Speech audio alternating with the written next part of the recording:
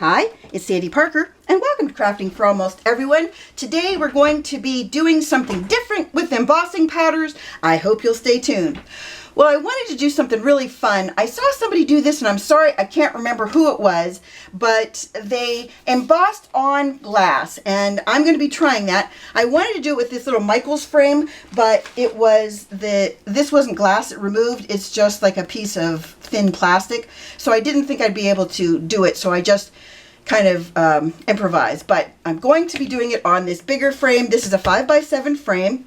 I got it at a garage sale, and I'm going to tape my two pieces of the mat and the paper together, because what I want to do is have kind of a blended background that goes the whole length of what you can see in the frame.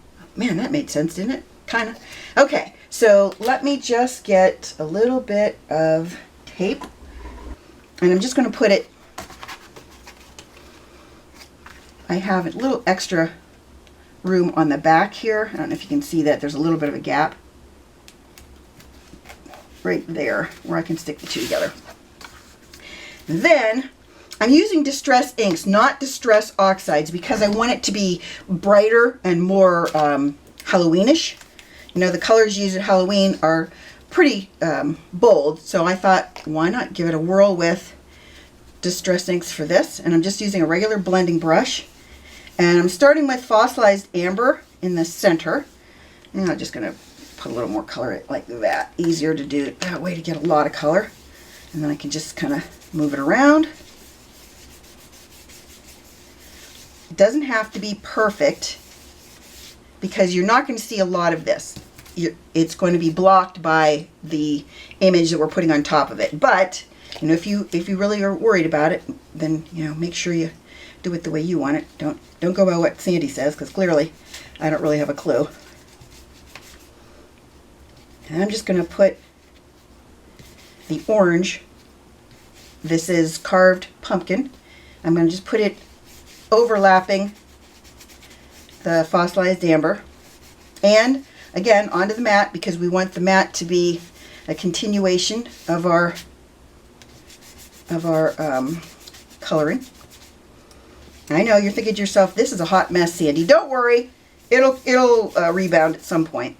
I'm going to pick this up and do a little bit more around the edges with this pumpkin, just so I don't have any spots where, if the frame lifts up, that you'd be able to see the white behind it. I don't want any white to be showing at all, no matter what. Okay, that ought to be far enough out. Oh yeah, I've got a little bit on my hands already. Good job, Sandy. Put that back down. I'm going to put a little bit more on the mat, because I want more of an orange. It's going to blend into the red, or into the purple. Red, purple, you know what I'm saying. It's going to blend into the purple on the outside, but I wanted to have a good amount of orange in there, because it is our typical Halloween color.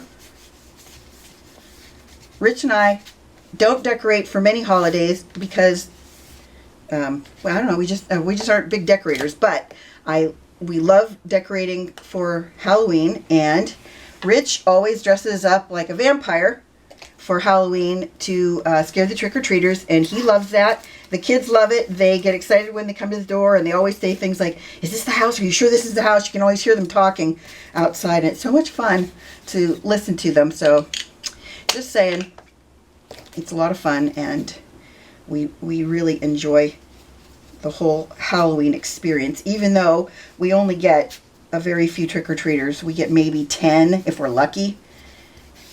Our neighborhood is getting older, and you know how that works. As your neighborhood gets older, you have fewer and fewer trick-or-treaters, and kids don't like to go very far away from home, because they only have like an hour and a half, and so they don't want to miss out on anything.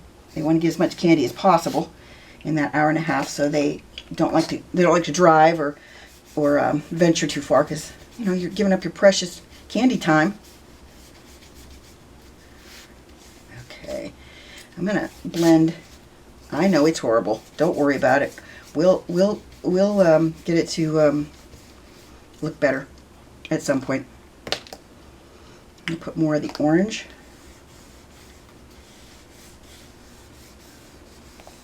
And it looks kind of muddy now. I'm not worried. If I can't fix it, you'll never see this, right?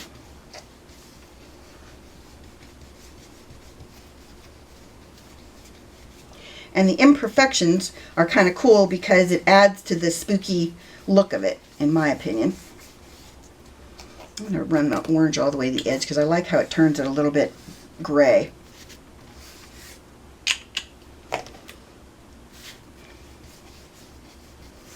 And I'm going to be stamping on this with a spider web frame. And I think that'll look really cool. I'm not going to stamp into the center with it, but I am stamping this outside part with it. I think that'll make it really frisky. I'm happy with the outer part. I'm not crazy about the inner part, so I'm going to do a little bit more work on that so we can get it so it doesn't look so fingerprinted. That's a word. Maybe it's not. I'm going to put more of the purple.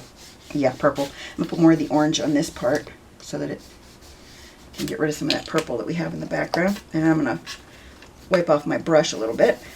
Remember, the only thing we really care about is this center portion. I'm going to put more of the Fossilized Amber in the center. Now, the most important thing when you're doing this, if you're going to be doing the embossing, there's two things that are really important. You need to make sure that your glass is really, really clean, and you have to use an alcohol, some type of alcohol on it, like a rubbing alcohol. I'm going to use the 70% alcohol to wipe my glass down, and it has to be super dry. And this also needs to be super dry if you're going to stamp on it. So I'm going to put this away, and I'm going to dry my outer frame. We want to dry this because I'm going to be stamping and embossing it, and I want to make sure that the embossing powder doesn't stick to this, and it will if it's not completely dry. So it's really important that we make sure that this is really, really, really dry. The stamps I'm going to use, this is a really old Stampin' Up stamp, and I don't remember the name of it, but it's been retired for probably 10-15 years, and I love it. It's just so fun and, you know, just cool. And then this is from Impression Obsession, and it's called Cover a Card, and it's I think it's just called Spiderweb. Yeah, Spiderweb. CC141CAC Spiderweb. And this is what I'm going to stamp around my edges with.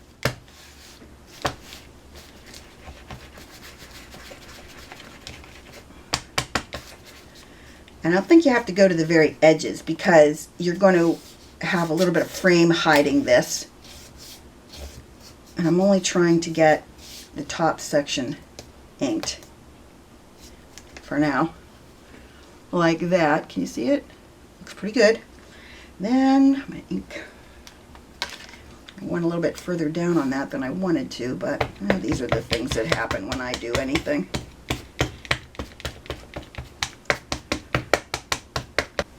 Since it's just a spider web, I don't think it's going to be really imperative that I hit the whole thing with it, with ink, you know what I mean? Hope you followed that. Maybe you didn't. I just want to make sure that I have some webs when I'm doing it. Man, I just painted my nails and I've already gotten most of the ink, most of the nail polish off because, you know, I'm just so klutzy when it comes to nail polish. Let's try inking it and see what we end up with. If it looks really funky, I can always just wipe off the powder where I don't like it before I heat set it. You don't want to heat set it if you're not happy with the look of it. You want to make sure that you approve it before you heat it, because if you heat it, that's it, you're stuck. Alright, I'm gonna... Oh, that's cute, isn't it? So far, so good. And you don't need to heat the whole thing, or you don't need to put your your powder on the whole thing at once, but you need to make sure that if you do heat part of it, that you're not getting your fingers into the powder that's not heated and making a mess with that, because I have a tendency to do that. If I start heating this section, I'll have my fingers in the powder on the other section, and I basically wipe off all the powder. And then we'll heat set this. You want to heat up your tool for 10 to 15 seconds at least before you start. I kind of like it looking this grungy because I think it adds more, I don't know, Halloween look to it. I like it. It's cool. It's grungy and kind of, I don't know, nifty. I like it. I'm happy with the whole look of it. And I'm going to see if I can just do a couple of spiders or one spider at a time. Okay. Let me get our paper again. And put our embossing ink on those. And then I'll show you how to fix if you have part of a spider or extra spiders that you don't want. I'll teach you how to fix that if you didn't know. Okay, I think that's enough. Now let's talk about places on here where I have things I don't like. Let's say, well, in this case, I don't know if you can see down here, but I stamped it and I got some bats in this section. I don't want those bats, so all you do is you just, I'll get my paper underneath so that I can scrape it back onto into my jar. So you want to just make sure that if you have those sections that you just wipe them back off. If you, like right here, I have some spiders that I didn't really want, so I'm just going to wipe them off. That's pretty good. And then I'll just heat set these little fellas. And we'll be ready to do our outer part. So, here's what we're going to do with our glass. You want to make sure, as I said, that you clean your glass really, really well. You want to use a soft cloth, and you want to use alcohol. I'll put one of my baby bibs under it so we can make sure it's nice and clean, cleaner than my hands at least. You want to make sure you get it nice and clean and dry. It has to be dry for this technique to work. If it's not dry, it's going to be a nightmare. Then you want to hold it up and look at it to make sure it's really clean.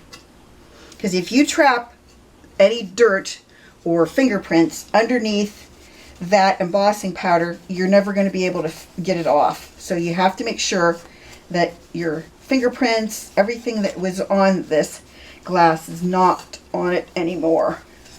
And you also want to be super careful because these glass pieces are very, very, very, very sharp on the edges, and you don't want to end up hurting yourself. Here's our frame. I think the easiest way to do this is to pick up the glass and put that back under it. And that way you'll know exactly where your matted piece is, your impression. And then the next thing you want to do is get your little pouch nice and wiped off. Okay. Then here's our stamp we're going to use. You also want to make sure you don't have anything stuck to your stamp. Like if you have a little bit of fuzz or something on your stamp, that's a problem. You do not want that. So you're going to have to make sure you get your stamp nice and clean before you do this. And you basically have one shot at it. Well, I think you could probably, we'll fake it and see if you could wipe it off. I think you probably could, but okay. Then we're going to start our stamp at the bottom, and you're going to push it down. You need to push the whole thing, and that's why I have this bib underneath so that I can kind of press down, because there's no give to that glass, and you need something that will make it so that you can get a really good impression. It's not like you can put this in your Misty. You might be able to, but your Misty would have to be bigger. Cross your fingers, folks. This is the moment of truth. Then you're going to take your embossing powder and put it all over that impression. I hope I got it all covered. Okay, can you see the top of the witch's hat? I didn't get embossing powder on. I need to put a little more there. And I don't know if I did a good job on the hair of Frankenstein. A little bit more on him. I think it looks pretty good. Now you can blow some of this powder off because it's not going to be a problem if you do that on glass. Next up, let's make sure that we like it, and then we're going to heat it.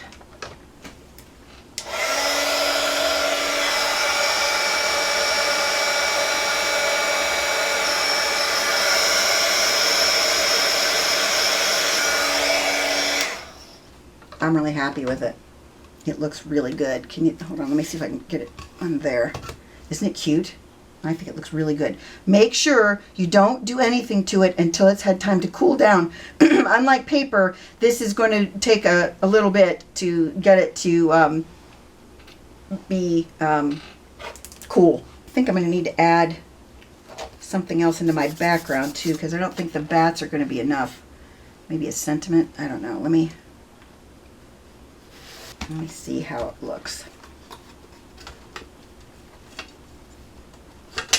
And that glass is going to be super hot.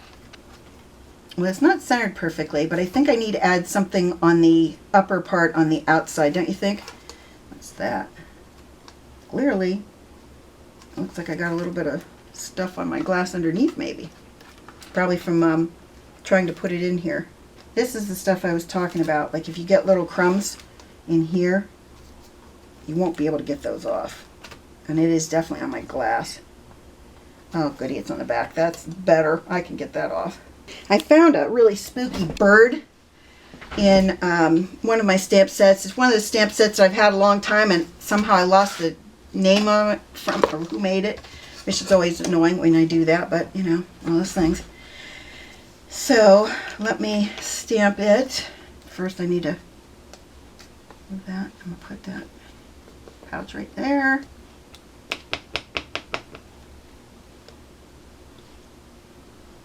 That one slid a little bit. That's something else you have to be really careful of, is it slides.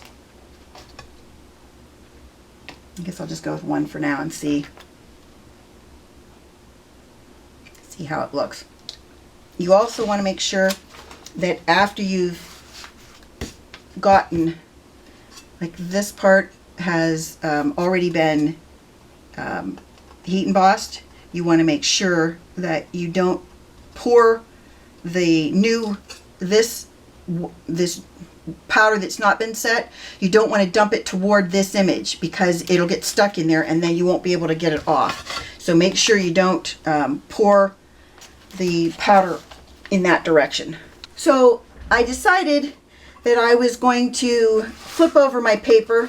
That's why there's two sides of paper. I decided I didn't like the bats on the background.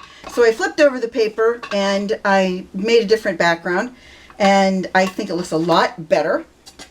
Then I waited for everything to cool, and that's important because you need to make sure that you don't wipe off all the work you've just done. And I'm not going to take the time to clean this before I show it to you because that would take me forever. But you get your frame, put your little cardboard piece back in there.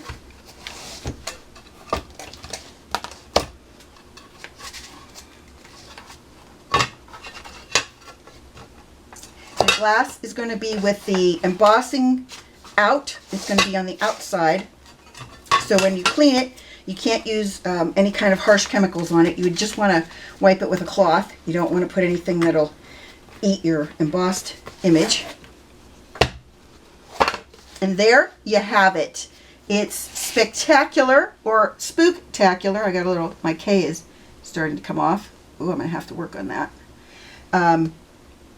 It turned out really cute. I love it. I'm happy with the way this one looks, and this one is, you know, because I couldn't emboss on the plastic. It's good for what it was, but I hope that you enjoyed this and it gives you some ideas of maybe something you could do for Christmas or Thanksgiving or Easter. You just want to be able to use something that's got a lot of filled in work, not just lines. Although this wouldn't look bad. You know, you'd be able to see through most of the image to the background, but I thought it looked better when it was kind of filled in like that. I hope you enjoyed this, that you give it a thumbs up and subscribe, and please tell your friends about me on social media because you know I love that. And thanks so much for watching. Bye-bye.